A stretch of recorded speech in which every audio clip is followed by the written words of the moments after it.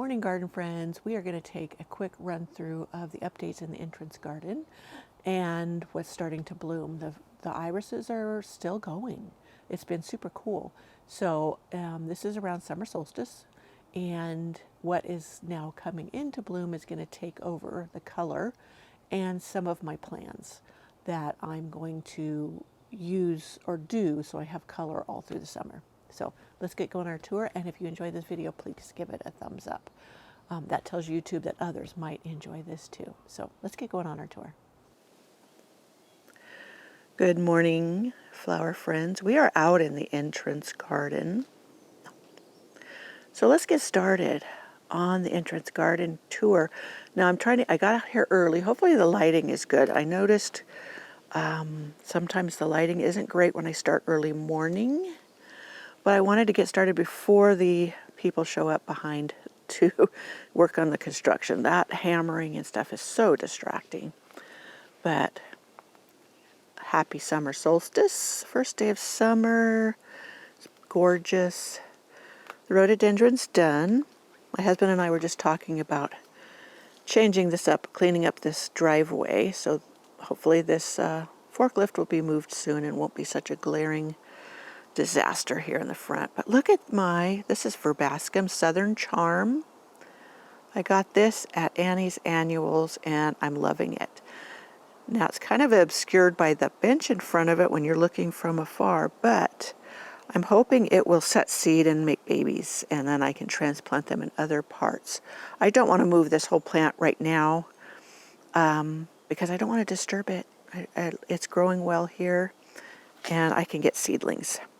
So the foxgloves, I put all white foxglove seeds back here, and it looks like that's what took. I'm loving them. They will also reseed readily. The gophers leave them alone. So I'm trying to aim for plants I know they won't bother.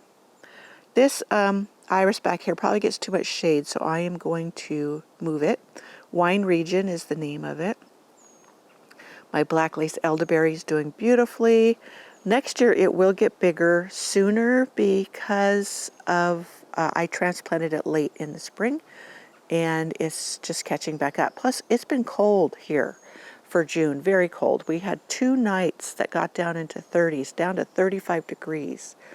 And it's not gotten very warm during the day. If it made it to 60 degrees, I was fortunate. So it's going to heat up, so things are going to really start growing in the entrance garden. I have been buying some plants, Veronicas, etc., to put in here. I also have other pollinator friendly. This is Happy Pollinator Week. I have some Vanity Verbena bonariensis. It stays shorter than regular Verbena bonariensis. I'm not pronouncing it properly, I'm sure, but you know what I'm talking about, and that's what's important. Now here, this is my daisy with Santa Barbara daisy, and this is also called Aronium. I'll have to look on the tag again. I keep forgetting the name. I wanted to say Hydrangeas, and that's not it. But these are supposed to reseed. I have not seen this one reseed for me. And it could be, I'm just in a very cold area. Other people find it rather weedy because it reseeds so readily. So I can only hope that it will reseed here. So my tansy is getting ready to bloom. I wanted it to be shorter. I should have given it the Chelsea chop, but I didn't know all of a sudden it would really throw up some blooms. I did put some lilies there in the ground there, though I should have planted them in pots, but I was in a hurry, and let's see if the gophers leave them alone or not. I have one, look at this, an echinacea that's made it through. The gophers really love the echinacea, so we'll see. That's a risk. There's still iris blooming. Some have faded. Along here, down here, this is a Monarda. That is Proven Winners. Which one is that? Pardon My Purple. I love that it stays shorter than the other Monarda and that I have. And it doesn't spread as readily by underground runners, and it stays a little more tame. My roses are starting, look at this. That's my Graham Thomas. That's a David Austin rose. This one down here, I'm not sure what's going on. It came up. Look at that. The tiny leaves. I've looked it up. It doesn't fit the scenario of that witch's broom or whatever fungus or that they get. I don't know what's going on. That's Golden Celebration. It is not an own root rose. So I don't know if the damage this winter did something to it. I was thinking I need to dig it out because in case it's some kind of virus or bacteria or whatever, it does not seem to have affected my Graham Thomas, and I don't want it to. So I love my Golden Celebration. I may get a new one from Heirloom Roses that's own root. Now back there, I got this one from Heirloom Roses, and this is Jasmina. Yes, it's a beautiful rose. I put it in last year, and I wanted to climb up the fence, and you notice I kept a post taller. I'm going to have it climb up that post. And I was hoping to put a bar or another post across to this post, and then I'll have the rose climb along it. So that's in the process. My Hyde Hall rose is getting ready to bloom too. There's a whole lot of things I'm going to do up in this upper bed, and as I get to it, I wanted to show you a little experiment I am doing. You see this down here? This is common buckwheat. And I was listening to a podcast about these cut flower growers and how the buckwheat has really helped their soil. And they would just chop it back and then plant amongst it, leave the roots in the ground, and it helped to neutralize the pH or change the pH. It helped to create really great soil. If you have great soil, you'll have great plants. So I'm incorporating it here. I'm just planting little bunches of it. I will chop it back as it grows so it doesn't go to seed, and just lay it down as green manure. And I think that will really help the soil. This soil up here is more clayish than the back, my back secret cottage garden.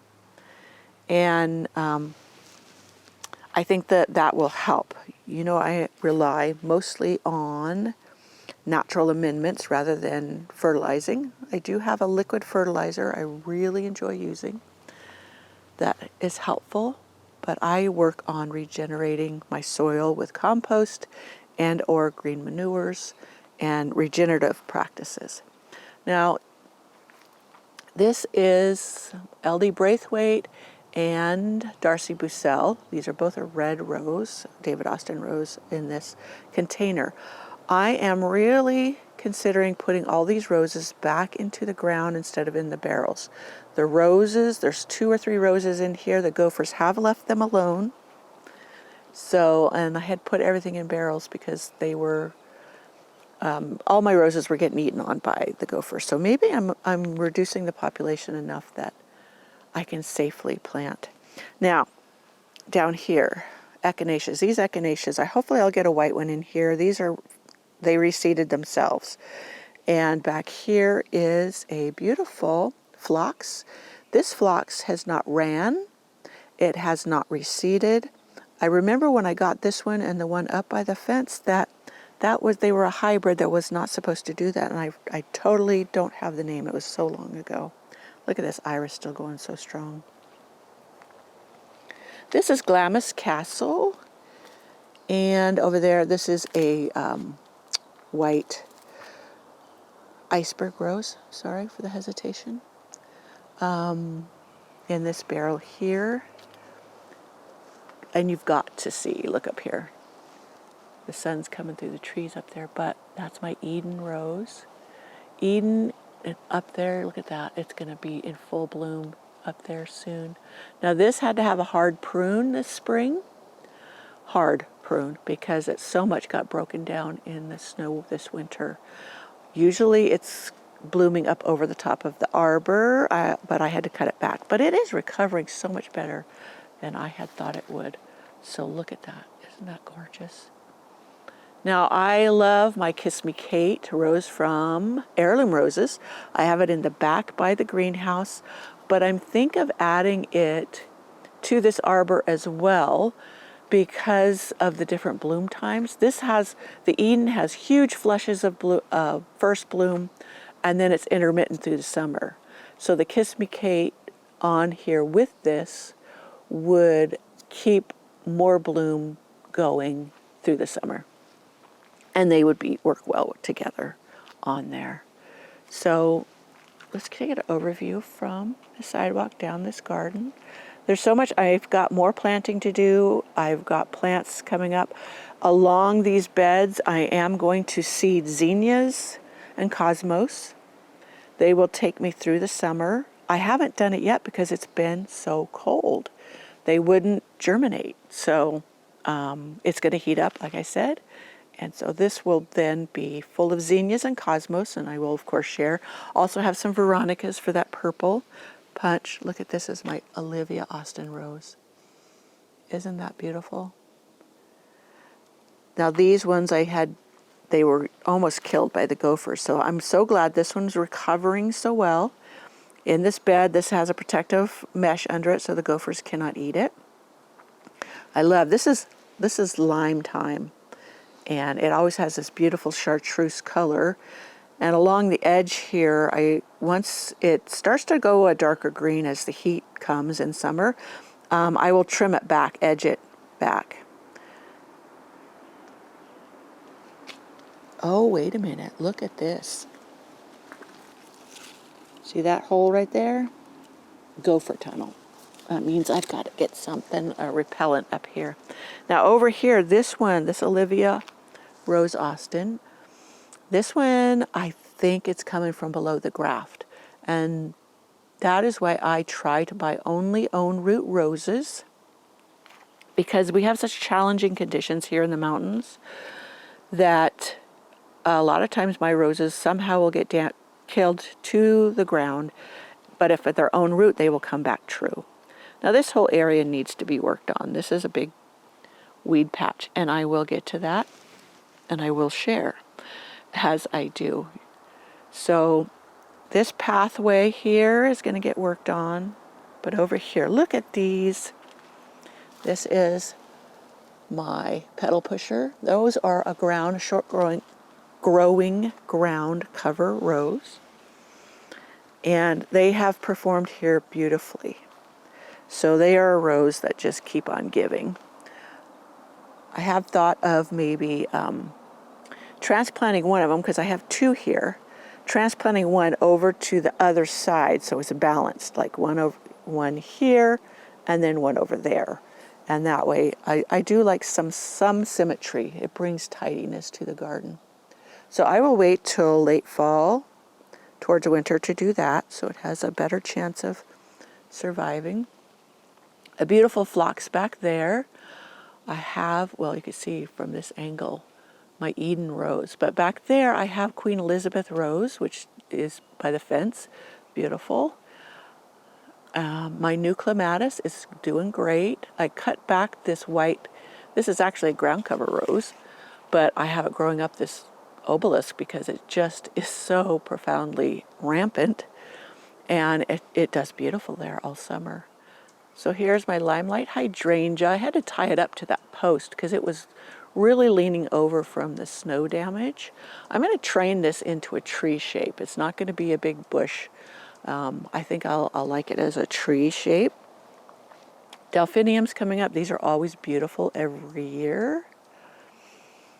My Kirsten Poulsen, this is a vintage rose. It had a lot more buds on it, but the deer came through and gave it a prune. I've put up some repellent product, so hopefully that will help. Now my Zinfandel hydrangea. This is a panicle hydrangea as well. This is a proven winner selection. It really got smashed by the snow, and there's a bunch leaning over. So I was thinking of putting, if you can see this obelisk here in the background, I was thinking of putting another one over here that I could tie it up to. I will also prune this into a tree shape or standard form eventually. all this work. I've been focused on getting my irrigation done in the back, so I haven't done a lot. This is where my 2 lovely sea hollies were that the gophers just totally took away, decimated. So I know they love sea hollies, so if I plant sea hollies again, I will put them in cages. But one thing I noticed, the sea hollies, they were a pollinator magnet. So if you want to encourage pollinators in your garden, then plant some sea hollies. I started from seed, and they did great. So look at these foxgloves. These were self-seeded, and I just let them come up here. Down here, this is some Nepeta, or no, Nepalina. It's related to Nepeta or Nepeta. And this I grew from seed. I don't know if this is the white or the blue. When it blooms, I will know. But I was planting it along here. The Nepeta or Nepeta does so well for me here. And the gophers leave it alone. Maybe because it's in the mint family or something. So there's my butterfly bush. I always have to cut it back super hard in the fall before we get snow because the snow breaks it down. But this area right here is going to dramatically change. This whole section of iris will come out. I will leave 1 or 2 or 3 rhizomes, and then the rest come out as far as that color. I think that was boysenberry buttercup. And then I'll put some, I'll either seed some cosmos or zinnias there. It gets a lot of sun, but that'll be for summer color. I have a rose down in there. It's called Europenia, and it is starting to bloom, but down there. So I've got to move that obelisk over here, and I could do double duty, one for the hydrangea and the other for that Europenia rose, which that blooms all summer long too. That was an anniversary present from my husband. Along with, I have Firefighter as well. So the iris are still doing pretty good. I have strawberries growing throughout. I just let it run as ground cover. So, and more. I am missing an iris. There's one I had that I loved, and it was called That's All Folks. And it was this beautiful, bright yellow. It was like egg yolk yellow, and it's just gone. It didn't bloom this year. So I've got a lot of projects coming up I'm going to share. Now this is, I'm running to my irrigation system. I have the beginnings of it. So I have to somehow fix where it goes under this bridge, and I set it all up. I am new last year was my first year putting in drip irrigation, so I'm figuring it out as I go along. This hosta is going to get planted in the back in the shade. This pot, and there's another matching one I have on my porch, I'm going to put, I bought that Sweet Romance lavender that's supposed to be grow so well. It's a proven winner selection. Anyway, so here, I'll show you, it's going over the peony. This is the Maxima, I do believe. I don't have as much red on it as you think I would. And then this one over here didn't do very well. I'm not sure what's going on with it. So I'm going to dig it. I may have it planted too deep. I'm going to dig it up this fall and transplant it. My clematis, these 2 clematis, I didn't touch at all last fall, winter, or even this spring as far as pruning. They're both type 2 pruning types. Look at those seed heads, they're beautiful. So now it's time to give them a good dead head, a little bit of a prune, and they will rebloom come fall, towards fall. So that's how I get those to rebloom. Here is another. This is a Bowl of Beauty peony. Isn't that gorgeous? That thing got huge. I had thought of pulling up the peonies here because I didn't think they got enough sun to do well. But this one is proving me wrong. So I will take better care of them. Well, I shouldn't say take better care. I did pull the Bobo hydrangeas out from here. They didn't do well here. And I was trying to figure out what to fill in with. So here is a volunteer Canterbury bell. I don't know, is it going to be white? It looks like it might be, or it might be pink. Canterbury bells are great. They're a great cut flower, what have you, and I've meant to put in more, and I need to. I'm just changing things around so much. But here's another. Oh, look at this. The bumblebee. Is that a bumblebee? Is he asleep in there, or is he dead? I don't know. But Yeah. These peonies up here, I got at Costco in big containers. So, and I plopped them here. I thought this would be a good spot for them. So all of this area needs to get cleaned up here. This is another project I haven't got to. But here is my Betty Harkness rose, and then I put also the Lady of Shalott here together. They have comparable colors in this barrel. It's big enough for 2 roses. I know the Betty Harkness, which I got in memory of my mother, whose name was Betty, passed away 2 years ago. But I have a lot of plants in my garden as memorial plants, and it just makes it extra special. So these iris, look at this foxglove, isn't this unique? Look at this top of that. So cool. I had one in the back do that. And I don't know what that's called, but I think it's just so interesting looking. So we'll look back over the front entrance garden. Hopefully I didn't take too long with this, but it's just I needed to show you where it was at this stage. This is June 22nd or 23rd, but the beginning of summer. And once it heats up, the iris will go over quickly. So I was trying to think of what to put in for summer color, and that's why I was going with the Cosmos and Zinnias. They do really well. They're super easy. I do, like I said, have some Veronicas, but also I have these plants to put in. I bought some salvias. I love this daisy. It's a Proven Winners, and it's called Amazing Daisy, Daisy May. I bought 2 last year, and they did well. I also have the banana one, banana something, and it did really well. They're supposed to bloom longer than my regular daisies, and my crazy daisies, Shasta daisies, which those spread by seed very easily, and it's a nice filler in my garden, and the gophers do leave them alone. So some of these were bargain basement rack plants. So then the only trouble with that is I have to figure out where I want to put them. But that, my friends, is the overall entrance garden on this date in May. Yes, it still needs a lot of work, but I am having the time of my life figuring this out.